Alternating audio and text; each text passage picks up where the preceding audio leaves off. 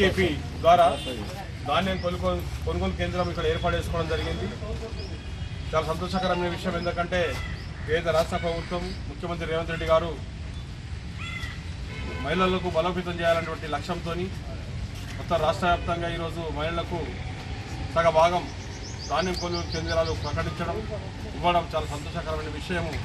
ఎందుకంటే ధాన్యం కొనుగోలు కేంద్రం కాకుండా మరి రాబోయే రోజులలో ఇప్పుడు మొన్ననే బస్సులు అనే కార్యక్రమం ఒకటి తీసుకోవడం జరిగింది.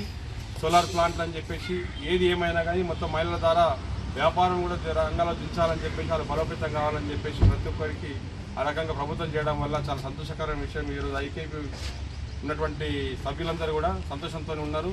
వాళ్ళకు రుణాలు కూడా అదే రకంగా ఇవ్వడం జరుగుతుంది. పావుల వడ్డీ కూడా ఎప్పుడు రానటువంటి పావుల వడ్డీ కూడా రావడం జరిగింది. ఇదంతా కూడా కాంగ్రెస్ పార్టీ ఆధ్వర్యంలో జరుగుతున్న కార్యక్రమం. గతంకు ఇప్పటికీ చాలా వ్యత్యాసం ఉంది. అది మహిళా సంఘాలు తెలుసు. వాళ్ళు చెప్పాల్సింది ఎవరిని ఒకరు చెప్పాల్సింది. తర్వాత అసలు వడ్ల సెంటర్లు జిల్లా మొత్తంలో 64 ఉండేవి గతంలో. ఇప్పుడు 600లో సగభాగం మావే. అంటే మహిళా సంఘాలకి ఎంత ఏ విధంగా ప్రోత్సహిస్తుంది ప్రతి విషయంలో కూడా.